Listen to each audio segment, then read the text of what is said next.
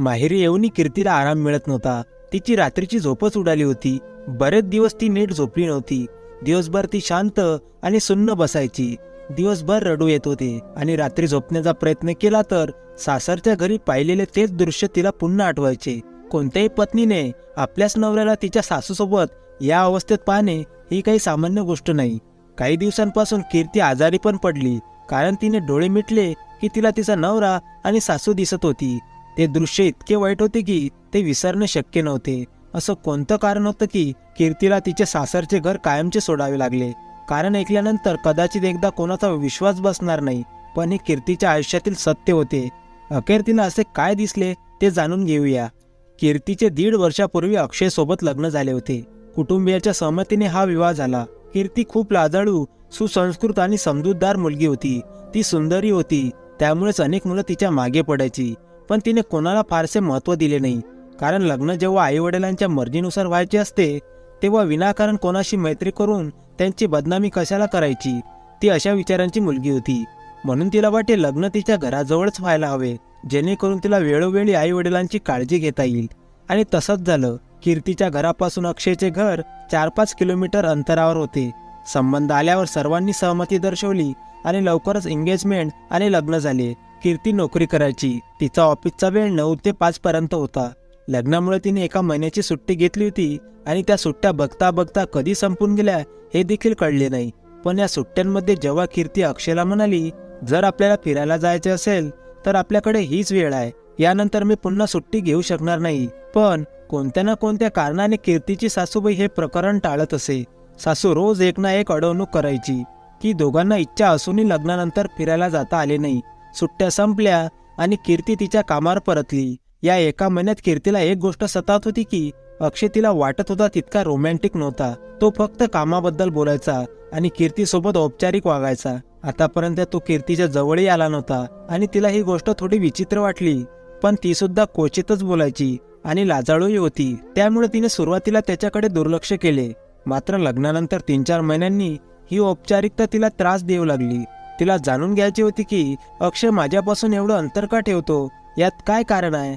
ना माझ्याशी जास्त बोलतो, ना मला एकटीला फिरायला घेऊन जातो. कधी कधी नवरा बायको दोघांनाही कुठेतरी जायचं मन होते, पण सासू नेहमी सोबत चालायची. दोघांना कधीही एकटं सोडत नव्हती. जेव्हा कीर्तीने अक्षयशी याबद्दल बोलण्याचा प्रयत्न केला तर अक्षय म्हणाला, नाही तसं काही नाही, आपण फक्त एकमेकांना ओळखत आहोत, तू फक्त खूपच विचार करत आहेस. मग कीर्तीने पण या गोष्टीला जाऊ दिले. तिच्या सासूचा घरातच नव्हे तर अक्षय आणि कीर्तीच्या आयुष्यात खूप हस्तक्षेप होता. त्यांना दोघांमधील सर्व काही माहीत असावे लागे. कधी जाणार, कुठे जाणार, कधीपर्यंत येणार, त्यांना या गोष्टी पण माहीत असायला पाहिजे होत्या. दोन्ही नवरा बायकोच्या वैयक्तिक संबंधात सासूंचा एवढा हस्तक्षेप कीर्तीला रुतत होता, कारण नवरा बायकोमध्ये कोणतीच गोष्ट पर्सनल राहत नव्हती. जर कीर्ती अक्षयला कोणतीही गोष्ट शेअर करत असे तर अक्षय लगेच जाऊन त्यांच्या आईला सर्व काही सांगत असत. फक्त नवरा बायको दोघांपुरते मर्यादित नाही राहत असत. सासू कीर्तीशी जास्त बोलत नव्हती, फक्त कामाबद्दल बोलत असे. हळूहळू वेळ निघून जात होता, पण या काळातही नवरा बायकोमध्ये दुरावा निर्माण झाला होता. अक्षयने कीर्तीला कधीच जास्त भाव दिला नाही आणि ती सुद्धा शांत स्वभावाची होती, त्यामुळे तिला भांडणे किंवा रागावणे आवडत नव्हते. तिने गोष्टींना वेळ देण्याचा विचार केला. अक्षय रोज रात्री 1 किंवा 2च्या आधी रूमवर येत नसत आणि वाट बघत बघत कीर्ती सुद्धा झोपून जायची. हे करत असताना 1 वर्ष निघून गेले. अक्षयची आपल्याबद्दल उदासीनता पाहून तिला वाटलं त्याचा काही भूतकाळ असेल, त्यामुळे त्यांना त्यांचे नवीन आयुष्य पूर्णपणे स्वीकारता येत नाही. पण तिला खरे कारण कळले नाही, कारण तिची विचारसरणी इतकी घाणेरडी नव्हती. एक दिवस अचानक कीर्तीची तब्येत थोडी बिघडली. ती ऑफिसमधून लवकर घरी आली. अक्षय आणि तिच्या सासूबाईंना याची अजिबात कल्पना नव्हती. घरी आल्यावर तिला अक्षयची गाडी बाहेर उभी असल्याचे दिसले. म्हणजे ती आज ऑफिसला गेली नाही का? ती थोडी अस्वस्थ झाली. आत गेल्यावर सासू किंवा अक्षय दोघेही दिसत नव्हते. तिने फारसा विचार केला नाही आणि तिचे डोकं दुखत असल्याने ती सरळ तिच्या खोलीत गेली. मात्र खोलीचा दरवाजा उघडताच ते दृश्य पाहून तिचा आत्माच हादरला. सासू नवऱ्याच्या मिठीत असल्याने तिच्या पायाखालची जमीनच सरकली. आतापर्यंत दोघांनीही कीर्तीला पाहिलं नव्हतं, त्यामुळे ते आपल्या बोलण्यात मग्न होते. सासू म्हणत होती, कालची रात्र खूप मस्त होती. असं कर, मला काही दिवसांसाठी तिच्या माहेरच्या घरी पाठव. तुझे वडील सुद्धा बाहेर जाणार आहेत, आपल्या दोघांना छान वेळ मिळून जाईल. अक्षयने पण एक प्रेमळ स्माइल दिली आणि म्हणाला, थोड्या दिवसांसाठी का? तुम्ही म्हणसाल तर मी तिला पूर्ण आयुष्यासाठी माहेरी पाठवू शकतो. तसं पण माझ्या बायकोची जागा तर तुम्हीच घेतली आहे. हे सर्व ऐकून कीर्ती अचानक स्वतःवर नियंत्रण ठेवू शकली नाही आणि तिथेच पडली. तिला पाहून सासू आणि अक्षय थक्क झाले. त्यांचे घृणास्पद सत्य आता समोर आले होते. कीर्ती काही बोलायच्या आधीच अक्षय तिला म्हणाला, आता तुला सगळं सत्य कळून चुकलंय. मग घटस्फोट घेणे हेच आपल्या दोघांच्या हिताचं आहे. जर तू एक गोष्ट कोणाला सांगितलीस तर तुझ्या आणि तुझ्या कुटुंबासाठी चांगलं नाही होणार. हे सांगताना सासूही अक्षयच्या अगदी जवळ उभी राहिली.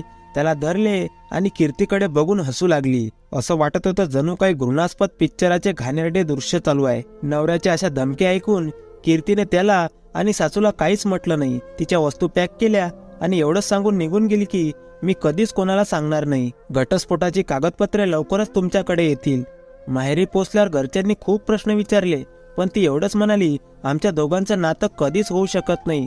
ना तो मला समजू शकला ना मी त्याला. कीर्तीला एवढी दुःखी पाहून घरच्यांनाही जास्त प्रश्न उत्तरे करणे योग्य वाटलं नाही आणि घटस्फोटाच्या या निर्णयात तिला साथ दिली. कारण त्यांना माहित होते की जर कीर्तीने कोणतेही नाते तोडले तर ते नक्कीच खूप मोठी गोष्ट असेल. एकटी बसलेल्या कीर्तीला आता तिच्या सासरचे दिवस आठवतात आणि विचार करते की ती किती मूर्ख होती, जी सत्य समोर असतानाही कधीच पाहू शकली नाही. तिची सासू अक्षयपेक्षा फक्त 7 वर्षांनी मोठी होती. ते त्याची सावत्र आई होती.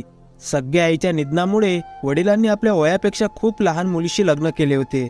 भरपूर पैसा होता त्यामुळे लग्नही झाले, पण सासू सासरे यांच्यात वयाच्या अंतरामुळे प्रत्येक गोष्टीत अंतर होते. फक्त पैशाने ते अंतर भरले होते. इकडे नवीन आईला अक्षय सोबत जास्त आवडू लागलं आणि अक्षयला पण त्याची नवीन आई खूप आवडू लागली. दोघेही सतत एकमेकांसोबत राहायचे. सासरे बिझनेस टूरला बाहेर गेले की सासू आणि मुलगा दोघीही मस्ती करत असत. ही गोष्ट कीर्तीला आता समजली की म्हणूनच अक्षय कधीच तिच्या जवळ आला नाही. तो रोज रात्री खोलीत एवढ्या उशिरा का यायचा? तो नेहमी सासूला फिरायला का घेऊन जायचा? लग्नानंतरही तो तिला बाहेर का घेऊन गेला नाही? अशा हजारो प्रश्नांची उत्तरे तिला आता मिळत होती. तिला समजले की अखेर सासूबाईंनी दोन्ही नवरा बायकोच्या नात्यात कधीच गैरा संबंध का येऊ दिला नाही. हे दोघे एकमेकांचे व्हावेत असे सासूंना वाटत नव्हते. कीर्ती स्वतःला शिव्या देत राहिली. या 1.5 वर्षातही तिला हे घृणास्पद सत्य दिसलं नाही. आई मुलाच्या नात्याकडे तिने कधीही घाणेरड्या नजरेने पाहिले नव्हते. जरी ती त्याची सावत्र आई होती तरीही ती एक आई होती. पण हे जग आता तसं राहिलं नाही. आता इथे नात्यांची मर्यादा उरली नाही.